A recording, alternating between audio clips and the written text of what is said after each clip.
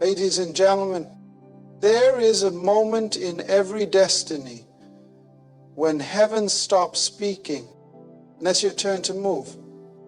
You've prayed, you've fasted, you've waited for confirmation after confirmation, but now the silence of heaven is not rejection, it's graduation. You're not waiting on God anymore, God is waiting on you.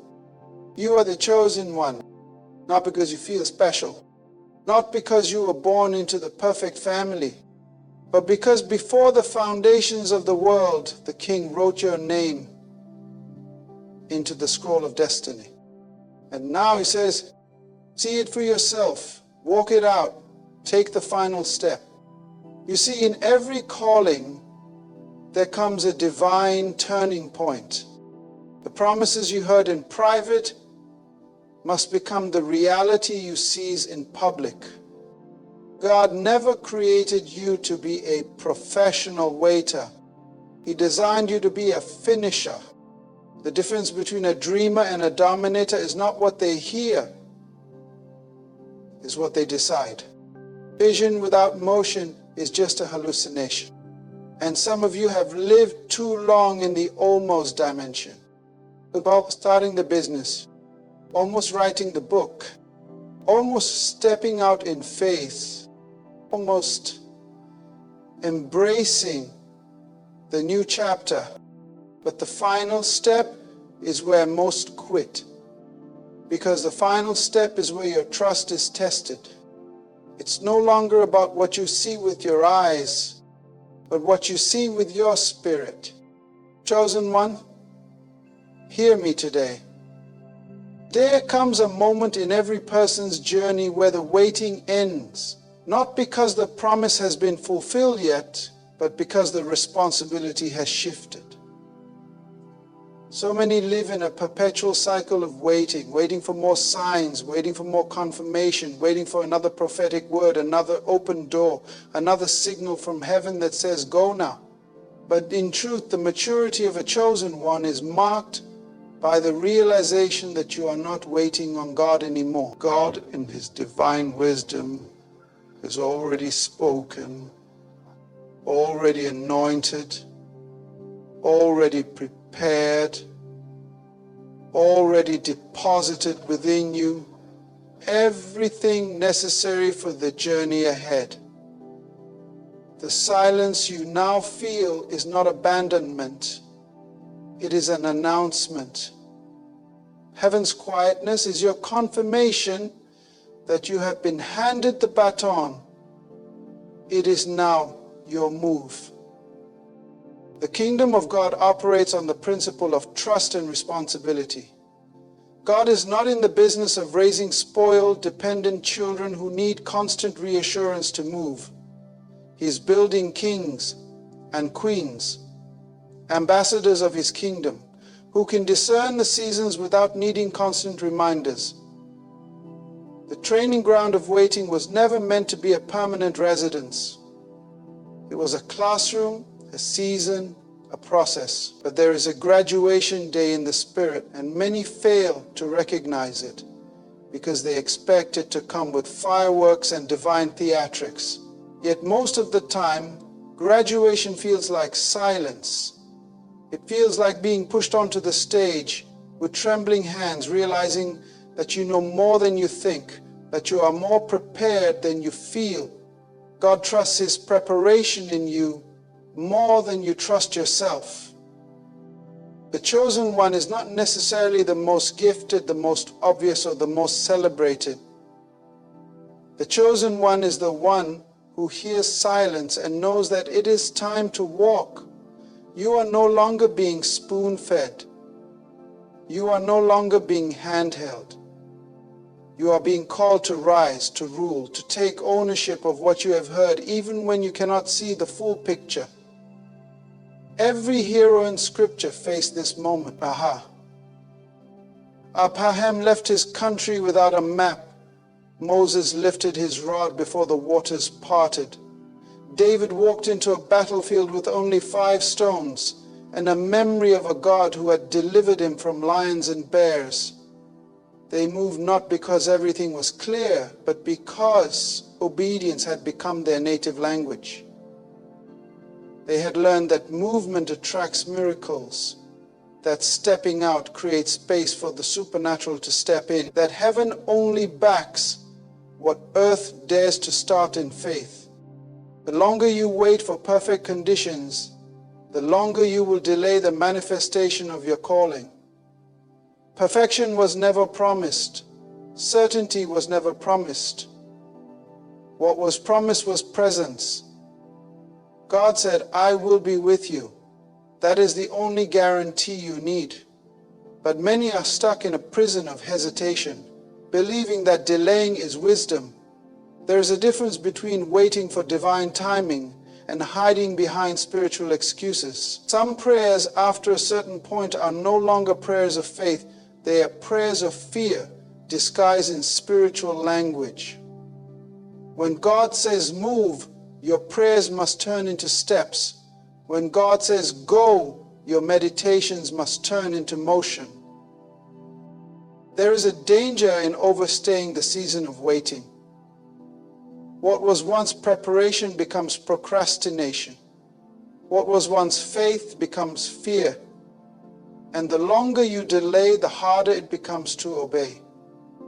The voice of God is clearest at the moment of command. It grows faint in the noise of overthinking. If you are truly a chosen one, you must learn to discern the shift. There is a sound in the spirit when the season changes. It is not always loud, it is not always dramatic. Sometimes it is just a knowing in your belly that says, this is the moment. If I don't move now, I will miss what God has aligned for me. Destiny is a moving river. You cannot catch it standing on the shore. You must leap into it. Even if the current looks wild, trusting that the same God who called you will also carry you. When you realize that God is waiting on you, it changes everything. You stop begging for permission and start walking in authority. You stop asking, is it really me? And start declaring, if not me, then who? You understand that the mantle has already fallen on your shoulders. It is your responsibility to pick it up and move. Destiny is not passive. It is active. It responds to courage.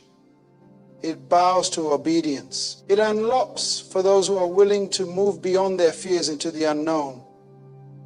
You are the answer to a problem on the earth. You are the solution heaven has sent. But solutions do not work sitting on the shelf. They must be applied, activated, released. Every day you delay your movement, someone else's breakthrough is delayed. Every day you hold back in fear, someone else continues to suffer without the gift you were meant to deliver. Your calling is not just about you. It is about the lives attached to your obedience. When heaven falls silent, it is not because heaven is absent. It is because heaven has spoken enough. The last instruction still stands. The last word is still valid. God has not changed his mind. He is waiting to see if you will trust him enough to move without needing another sign. The chosen one walks when others wait. The chosen one acts when others analyze. The chosen one knows that faith is the bridge between hearing and having. Faith is not just believing God can do it, it is acting as if he already has. Faith is movement. Faith is risk. Faith is stepping out with no plan B because you know plan A is the only plan heaven ever authorized. You were born for this moment. You are equipped for this battle. You are anointed for this assignment. Stop waiting for another confirmation. Stop waiting for the fear to disappear. Fear does not leave before you step. It flees after you move. Boldness is not the absence of fear. It is movement in spite of fear. The chosen one rises when others retreat. The chosen one advances when others analyze. The chosen one trusts the voice of the King, even when the world around them offers 1,000 reasons to stay still.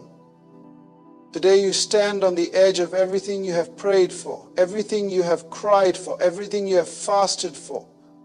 But the final step is yours. God has delivered the promise to the door of your faith. You must now open it with your obedience. The heavens are waiting. The earth is groaning. The clock of destiny is ticking. Your moment is here. It is not enough to see the promise in your mind if you are not willing to pursue it with your life.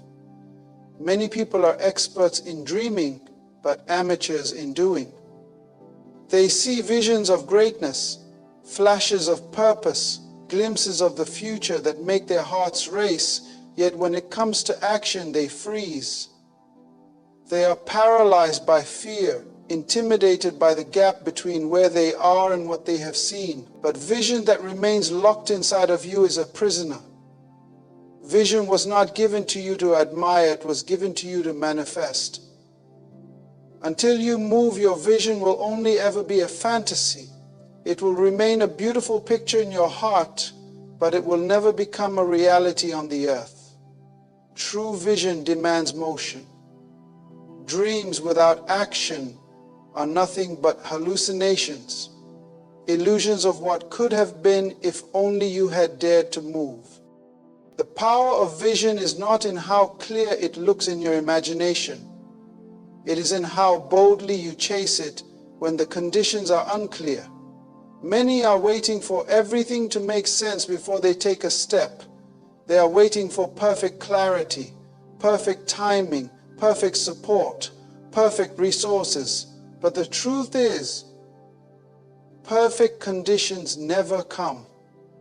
If you are waiting for everything to align before you act, you will be waiting for the rest of your life. Vision is often clearest in your spirit, but foggiest in your circumstances. God shows you the end from the beginning, but He does not show you every step in between, because faith must have room to grow. Vision gives you a glimpse of the destination, but motion is what sets the journey in motion. Every major figure in history who achieved something significant moved when it was still uncertain. Noah built the ark before there was even a cloud in the sky. Abraham left his homeland without knowing where he was going. Joshua marched around the walls of Jericho before they even cracked. They all had a vision, but what separated them from everyone else was that they moved toward it. They didn't just celebrate the vision, they submitted their lives to it. Vision must drive you to act even when no one else sees what you see. Vision must provoke you to build when others are laughing. Vision must make you move when fear whispers for you to sit still. There are many people who have carried powerful visions to the grave because they mistook seeing for seizing. They thought that just because God showed it to them, it would automatically come to pass. But vision is not automatic. It is potential, not possession. You must pay the price to translate potential into manifestation. Seeing is only the invitation. Motion is the acceptance. Until you put your hands to work, until you begin to step toward what you saw, the vision remains in the realm of possibility, not reality. Many people admire their dreams the way a person admires a beautiful painting in a gallery. They stare at it, they imagine themselves inside it, they talk about how wonderful it would be to live it, but they never actually enter it because they refuse to leave the comfort of their current reality. Vision will cost you your comfort. It will cost you your predictability. It will cost you the safety of the familiar. But until you are willing to pay that price, you will live trapped between what you see and what you actually experience.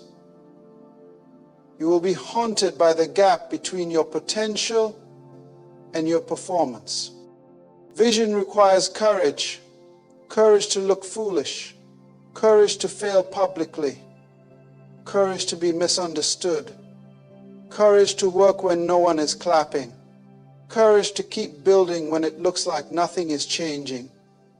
Vision requires discipline. Discipline to say no to distractions. Discipline to rise early and stay late. Discipline to invest in your growth when you would rather spend on your pleasures. Discipline to stay focused when life tries to scatter your energy across 1,000 meaningless pursuits. Without courage and discipline, vision will shrivel into regret. One of the great tragedies is that many have mistaken inspiration for transformation. They are moved emotionally by a powerful vision but never move physically toward its realization.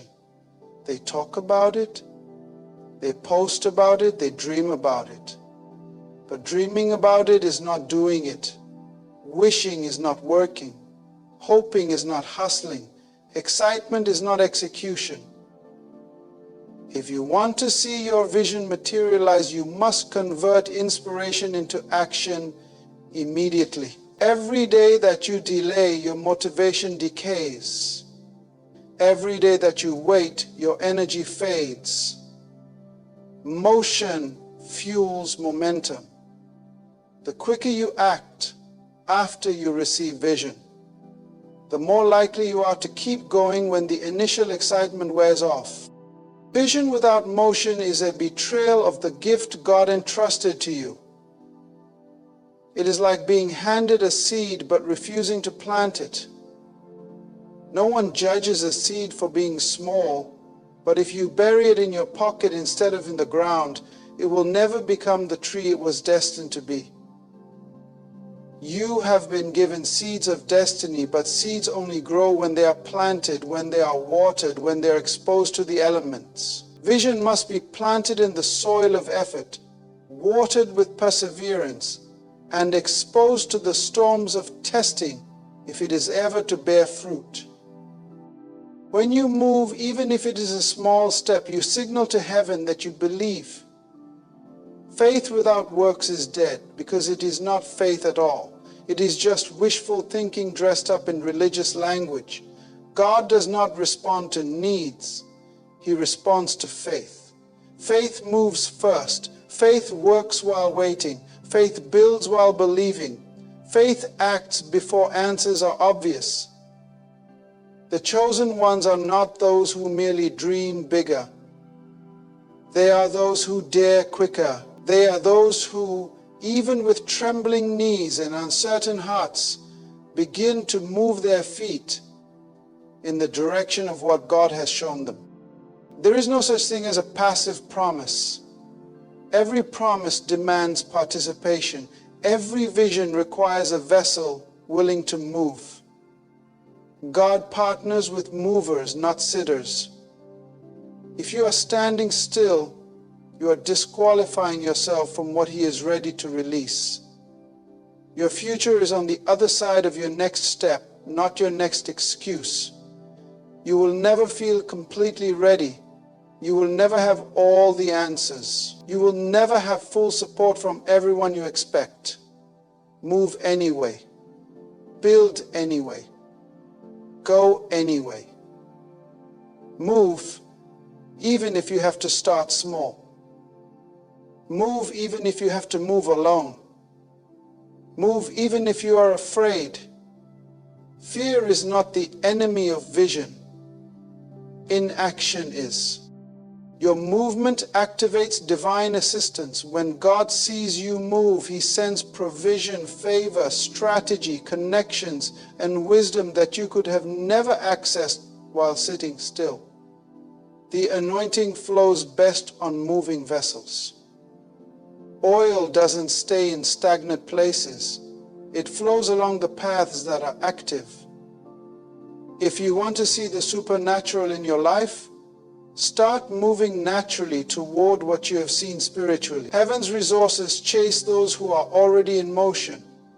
Provision is often waiting at the place of obedience, not at the place of planning. Your vision is not a suggestion, it is an assignment. And every day you delay in moving toward it, you are not just delaying your blessing, you are delaying your impact on the lives you were sent to reach. You were not chosen just to admire the dream. You were chosen to embody it, to walk it out, to bring it from the unseen into the seen. Your feet must match your faith.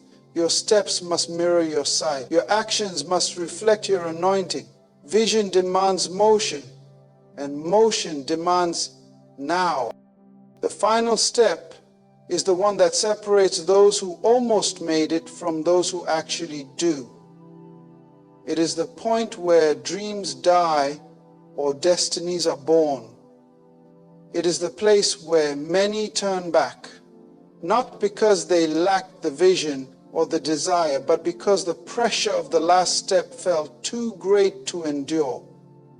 It is important to understand that the closer you get to the fulfillment of your calling, the more intense the resistance becomes. The pressure you feel at the final step is not a sign that you are failing. It is a sign that you are breaking through. It is the labor pains before the birth. It is the final push before the prize is placed in your hands. But this final step demands everything you have. It demands your courage, your endurance, your full trust in the one who called you. Many are deceived into thinking that the hardest part is the beginning. Starting is indeed hard. It requires overcoming inertia. It demands stepping into the unknown.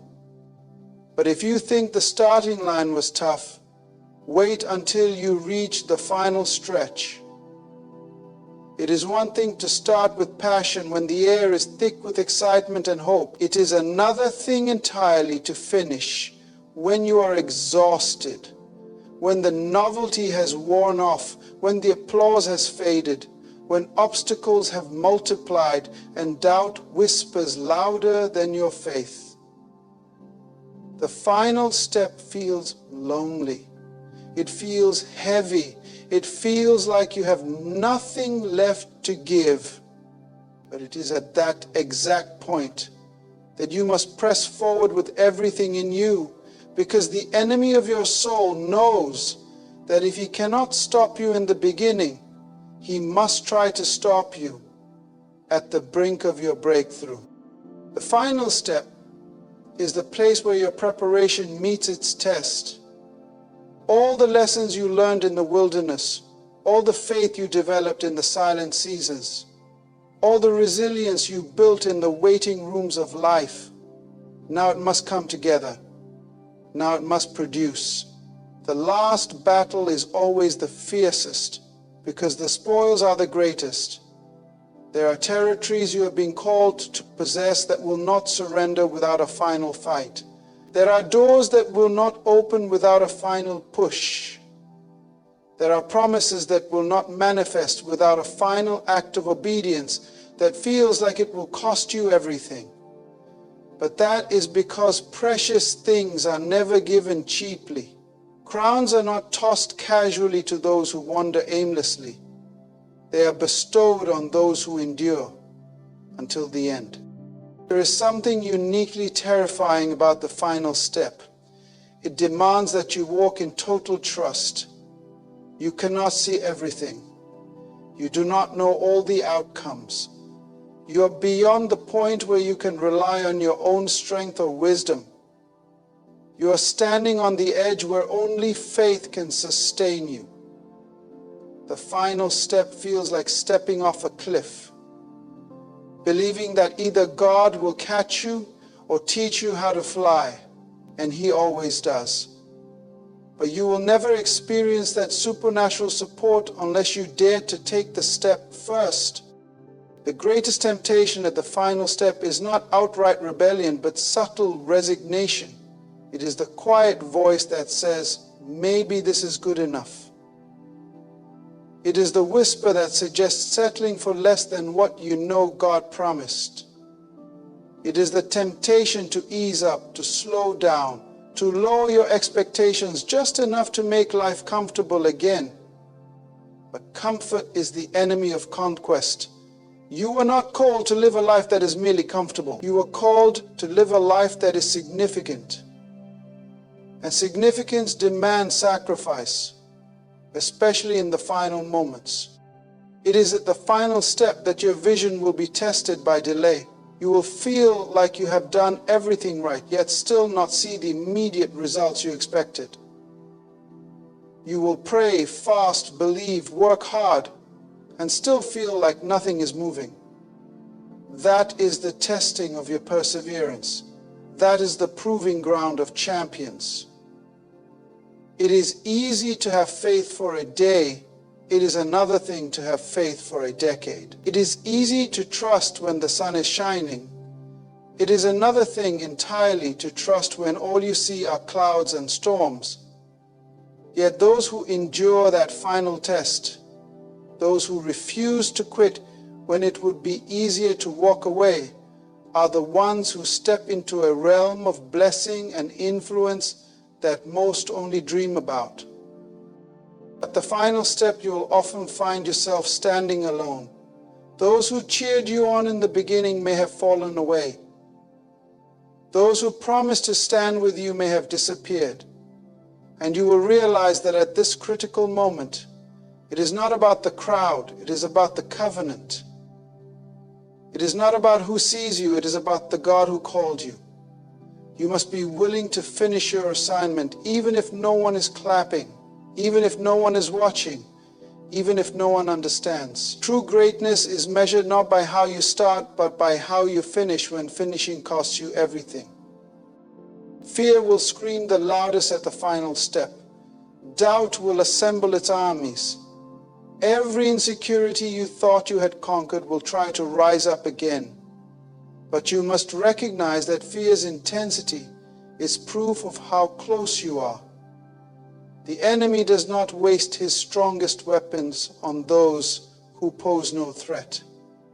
If the warfare around you has increased, it is because the treasure within you is about to be revealed. If the pressure feels unbearable, it is because the promise is unbreakable.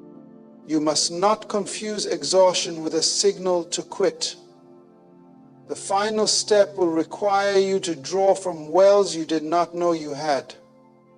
You will have to tap into a strength that was hidden deep within you, placed there by God for such a time as this. Your weariness is not a sign that you are weak. It is a sign that you have been faithful. And now, heaven is waiting to crown your obedience with manifestation. The final step is often where the biggest miracles happen. The walls of Jericho did not fall after one day of marching. It was after 7 days, and on the 7th day, after 7 times around, that the walls collapsed. Naaman was not healed after dipping once or twice or 3 times in the Jordan. It was after the 7th time. The breakthrough comes in the extra push. The victory comes in the final obedience. It is in that moment where everything in you wants to stop, but you dig deep and push one more time, that destiny unfolds. You must see the final step not as a burden, but as a privilege. Not everyone is trusted to carry the weight of the final step. Many are called, but few are chosen because few are willing to pay the full price. But if you will press, if you will refuse to be moved by your feelings, if you will walk by faith and not by sight, you will find yourself standing in the reality of what you once only dreamed about. The final step is the step into fulfillment. It is the step into the tangible evidence of God's faithfulness. It is the step that moves the chosen one from preparation to possession. At the final step, when everything feels stretched to the breaking point, When resistance feels overwhelming and the pressure seems unbearable, there is one force that carries you through. It is not talent, it is not connections, it is not even strategy. It is identity. It is knowing who you are at the deepest level, beyond circumstances, beyond feelings, beyond external validation. Identity is the secret weapon that allows you to finish what you started. It is the anchor that holds you steady when the winds of doubt and fear try to blow you off course. Without a firm grip on your identity, the final step will feel impossible, because you will interpret the struggle as a reflection of your worth. But when you know who you are, you realize that your worth was settled before the battle even began. Identity is not something you earn through achievement, it is something you receive through revelation. You do not become a chosen one because you succeeded. You are a chosen one before you ever take the first step. It is the internal knowing, rooted in the voice of God, that you are called, equipped, appointed, and assigned for a purpose greater than yourself. That identity must be louder in your soul than the noise of the world around you. If you almost see yourself based on your circumstances, you will quit when circumstances become unfavorable. But if you see yourself through the lens of divine identity, you will press through circumstances because you understand they are temporary, but your calling is eternal. At the final step, the enemy will not primarily attack your dream. He will attack your identity. He will whisper that you are a failure, that you are a fraud, that you are forgotten, that you are foolish for believing. He will replay every past mistake, magnify every current weakness, and prophesy every future defeat. If you do not know who you are, you will believe the lies. You will forfeit your inheritance because you will assume you are unworthy to claim it. The real warfare is always over your identity because identity drives destiny. If the enemy can make you doubt who you are, he can disqualify you from the race without ever touching your circumstances. You will disqualify yourself by giving up prematurely. Identity is what empowers perseverance. When you know you are chosen, you endure differently, you fight differently, you wait differently. You do not interpret delays as denials. You do not interpret hardships as rejections. You understand that the weight you carry is confirmation of the calling you carry. You are not surprised by resistance, you expect it. You are not discouraged by opposition. You are strengthened by it. You are not overwhelmed by the burden. You are honored to bear it because you know that chosen vessels are trusted with greater battles and greater blessings. When you know who you are, you stop negotiating with fear. You stop entertaining doubt. You stop seeking permission from people who were never assigned to understand your journey.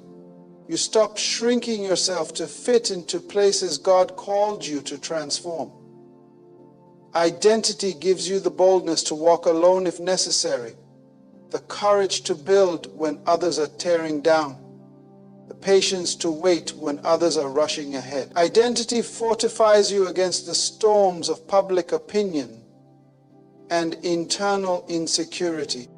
You cannot afford to reach the final step and still be questioning your worth.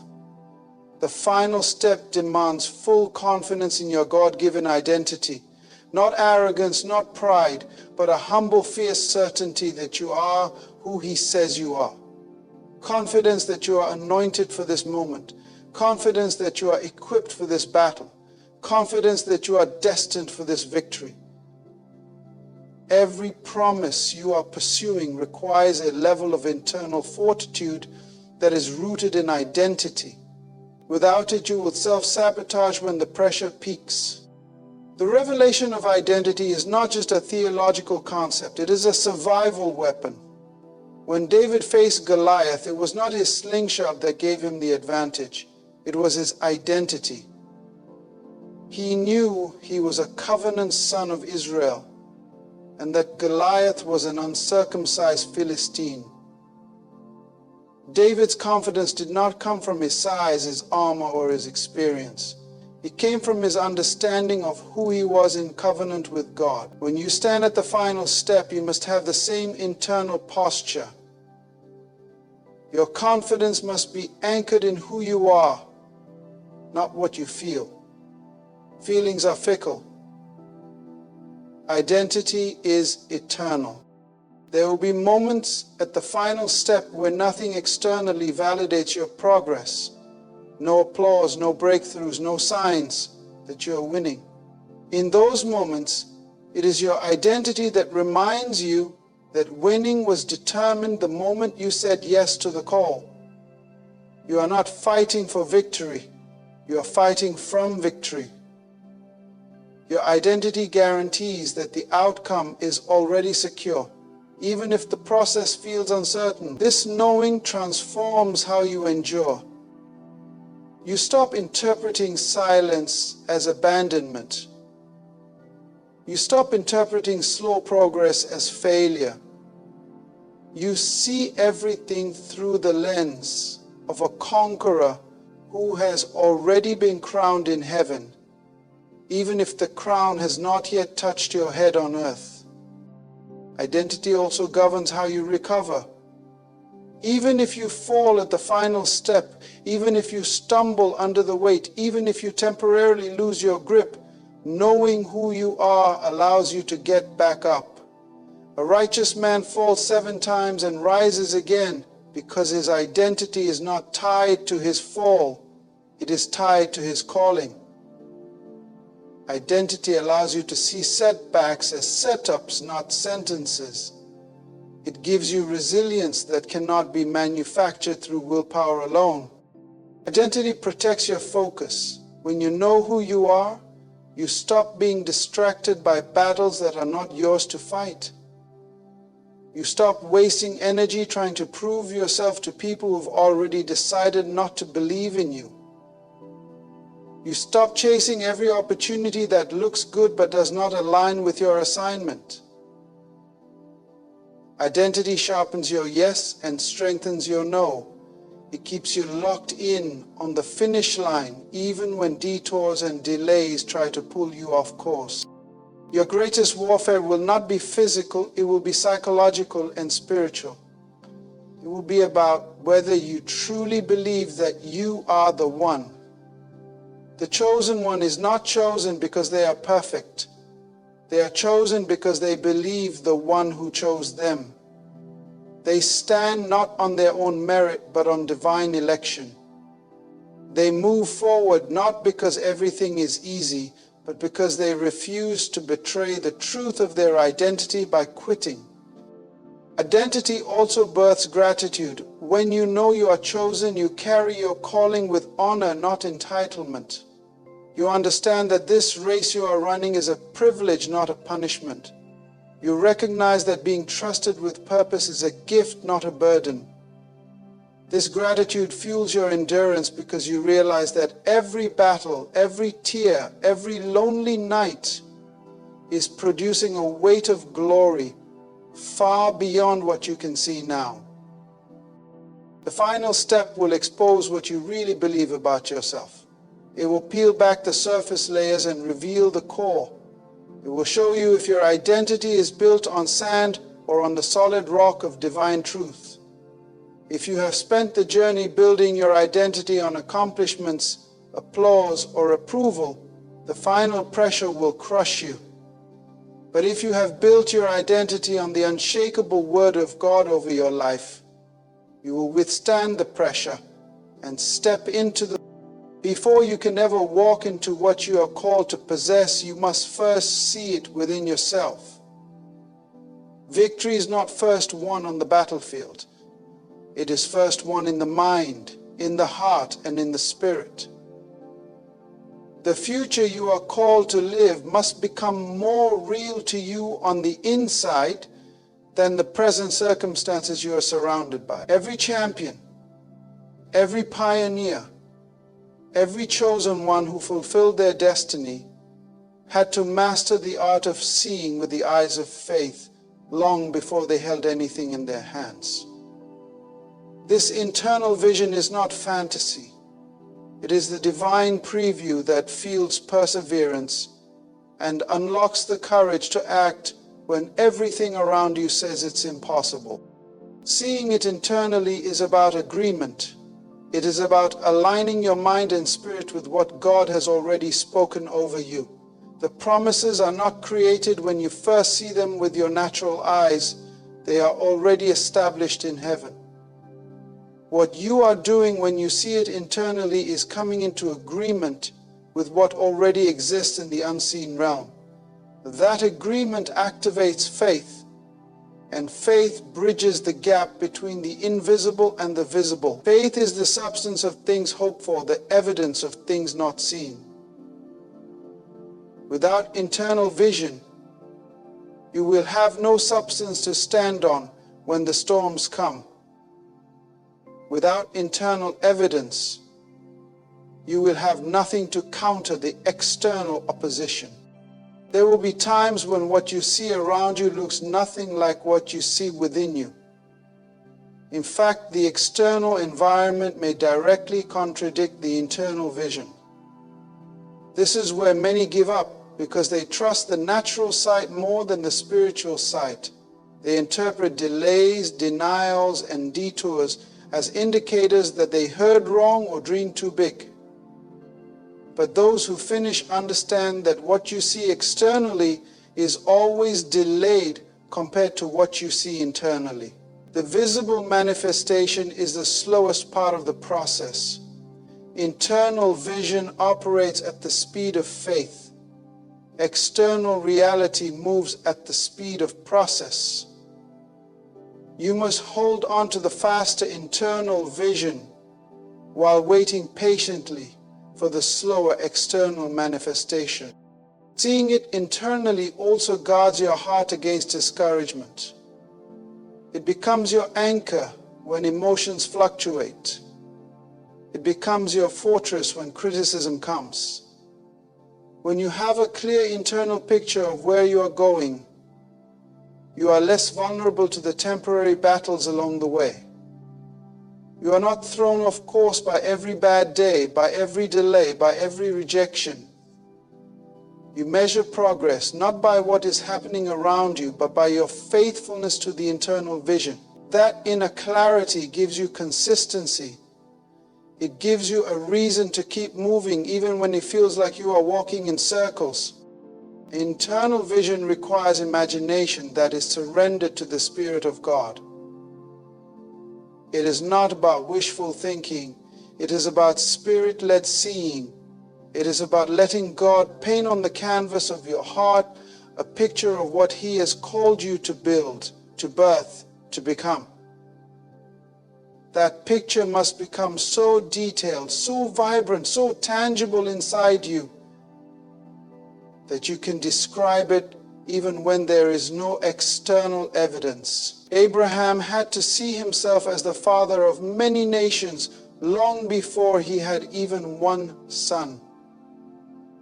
Joseph had to see himself as a ruler long before he was pulled out of the pit or the prison. David had to see himself as a king long before the crown ever touched his head. They walked differently, spoke differently, and endured differently because they carried the outcome within them. The danger is that many people want to experience externally what they have not yet seen internally. They want success, influence, impact, fulfillment, but they have not yet incubated the vision within their spirit. They have not yet nurtured the image of the promised future until it becomes bigger than the fear of failure. They have not yet let it get rooted deep enough to survive the droughts, the deserts, and the disappointments. You cannot hold in your hands what you have not first cradled in your heart. Your external world will eventually align with your internal reality, but the internal must be established first. There will be moments when the only proof you have that you are on the right track is the internal vision. No one else will see it. No one else will understand it. People may mock you, question you, abandon you, but when you have truly seen it internally, their unbelief cannot sway you. You are not building according to their blueprint. You are building according to the vision placed inside you by the Creator Himself. You carry it like a seed, and you water it with faith, with action, with obedience. And just like a seed germinates underground where no one can see it, your vision grows in hiddenness before it breaks through into visibility. Internal seeing also requires you to speak differently. You begin to declare what you have seen, even when it sounds crazy to others. You speak life over the vision. You affirm the unseen as if it were already tangible. Death and life are in the power of the tongue, and those who cultivate vision internally understand that their words must be consistent with what they have seen in the Spirit. You cannot speak defeat and expect to reap victory. You cannot speak fear and expect to walk in faith. Your language must match your vision. Seeing it internally transforms your posture. It changes how you prepare. You prepare not based on what you have now, but based on where you know you are going. You begin to act like the person you saw in the vision, even before you become that person externally. You steward your time, your relationships, your resources according to the future you have seen. Preparation becomes an act of faith. You dress for the destination, not for the current station. The beginnings of process of internal seeing also purifies your motives. As the vision matures inside you, God often refines it. He burns away selfish ambition, pride, and insecurity.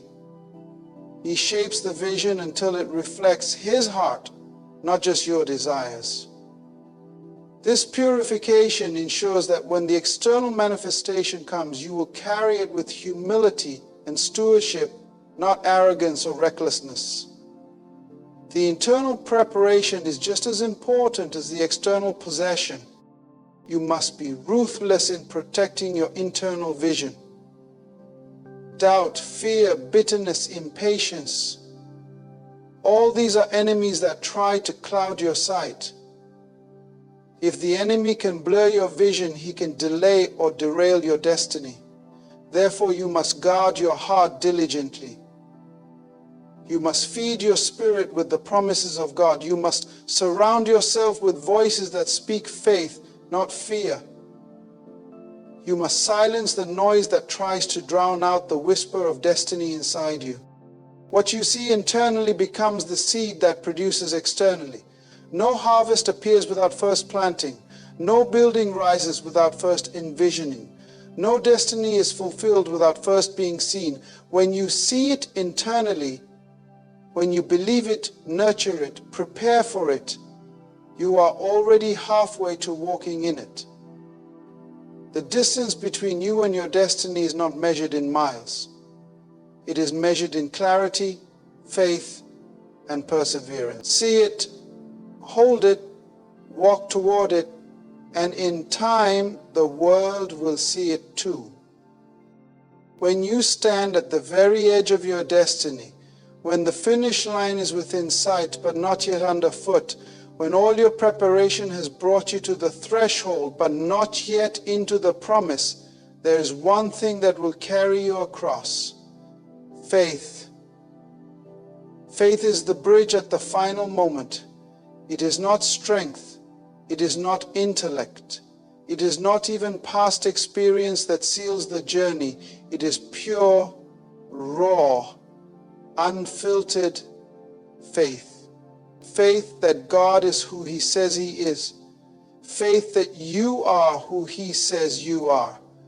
Faith that what has been promised will surely come to pass, even when every natural indicator tries to convince you otherwise. Logic often fails. Reason can no longer sustain you. The facts in front of you may contradict the future you have fought for. It is in this moment that faith stands as the bridge connecting where you have been to where you are going. Without faith, you will stare at the gap and retreat. You will see the impossibility of it all and allow fear to turn you back. But with faith, you will step out, even when there appears to be no visible path. Faith will instruct your feet to move while your eyes still see nothing. Faith does not require sight. It produces sight. The final moment is the most dangerous because it demands the purest form of trust. You are often required to step without full clarity, to obey without full understanding, to move without a guarantee of immediate success. It is at this point that many falter because they expect certainty where God requires trust. Faith is the willingness to walk into the unknown based solely on the character of the one who called you. Faith is the decision to believe that if God brought you this far, He will not abandon you now. Faith remembers the miracles of the past and leans into the promise of the future. Faith at the final step is not a casual belief, it is a consuming conviction. It is the full persuasion that what you have seen internally will materialize externally, even if it takes longer, even if it looks different, even if the cost is greater than you imagined. Faith is stubborn when circumstances suggest surrender. Faith is resilient when timelines shift and doors seem to close. Faith refuses to be offended at divine delay. It holds the tension between expectation and patience without growing bitter or disillusioned. This kind of faith cannot be borrowed, it cannot be inherited. It must be cultivated in the quiet places where no one else is watching. It is built through a history of encounters with God's faithfulness, through a lifestyle of surrender, through daily decisions to trust when trusting is the hardest thing to do. It is forged in the fires of trials and refined in the deserts of waiting.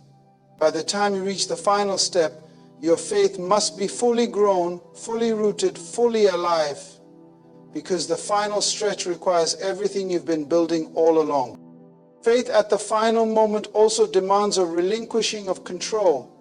It demands that you release your grip on how you thought things would happen and embrace how God has ordained them to happen.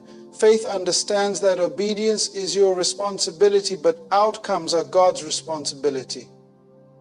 You are not called to manipulate the results. You are called to move when He says move. Faith leaves the timing, the method, and the details in the hands of the one who sees the end from the beginning. There will be times when stepping out in faith makes you look foolish. People will not understand why you keep believing, why you keep moving, why you keep building when nothing seems to be working. Faith is not concerned with optics. It is anchored in obedience. Noah looked foolish building an ark with no rain. Abraham looked foolish leaving everything familiar for an unseen land. Moses looked foolish standing before Pharaoh with nothing but a staff. Jesus looked foolish carrying a cross, seemingly defeated before the resurrection. At the final step, you must be willing to look foolish to the world to be faithful to the call. Faith will stretch you beyond your comfort zone. It will force you to walk on water, to climb mountains, to tear down walls with nothing but a shout. Faith does not coddle your insecurities, it confronts them. It pushes you into places where you cannot rely on your own strength or wisdom. It demands that you lean wholly on God. Faith reminds you that your assignment was never supposed to be manageable by human effort alone. If you could accomplish it without Him, it wouldn't require faith. Faith at the final moment is also violent in the spirit. It refuses to passively accept defeat. It wars in prayer. It stands firm against fear. It lifts its voice in praise when silence seems easier. Faith acts as if the promise is already fulfilled because in the eternal realm it is. Faith celebrates before the walls fall, before the waters part, before the breakthrough appears. Faith shouts with a voice of triumph while still standing in the middle of the battle. Faith demands focus. You cannot afford to entertain every voice, every opinion, every distraction. Faith narrows your vision to one thing, the faithfulness of God. It quiets the noise of doubt and tunes your ear to the frequency of heaven. Faith disciplines your thoughts, aligning them with truth instead of fear. Faith fixes its eyes on the unseen realities, on the promises whispered by the Spirit, rather than the tangible obstacles shouting for attention.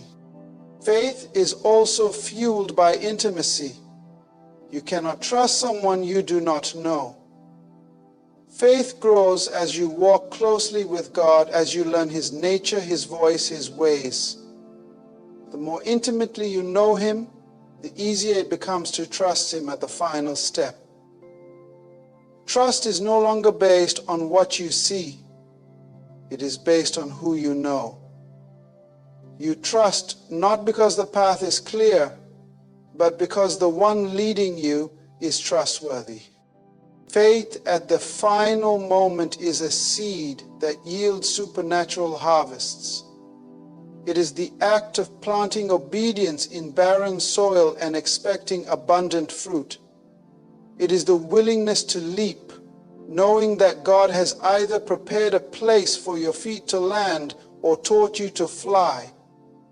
Faith transforms the final moment from a cliff into a bridge, from a risk into a reward, from a death into a resurrection. When you look back later, you will realize that the final moment was not as much about crossing into the promise as it was about becoming the kind of person who could carry the promise. The faith you exercised at the final step will echo into every future victory. It will shape how you lead, how you build, how you dream. It will become the foundation for even greater exploits because faith never stops growing once it is activated. Faith is not just the bridge, it is the victory itself. For everyone born of God overcomes the world, and this is the victory that overcomes the world, even our faith. The final step is crossed not by sight, not by strength, not by certainty, but by the audacious, immovable, unrelenting faith that believes God is faithful to finish what He started. My friend, the destiny placed within you is not a distant hope. It is a living reality waiting for your agreement, your vision, and your faith. You are not standing at the edge by accident. You have been prepared, molded, refined for such a time as this. Now is the moment to see it for yourself, to look beyond the noise, the fear, the doubt, and lay hold of the unseen with both hands. This is the final step. The call has been made. The bridge of faith has been built beneath your feet. It is time to move, not with hesitation, but with holy boldness. It is time to step into what was always yours, to walk in what was already written, to possess what heaven has reserved in your name. You are the chosen one. See it, believe it, and by faith take the step that will change everything.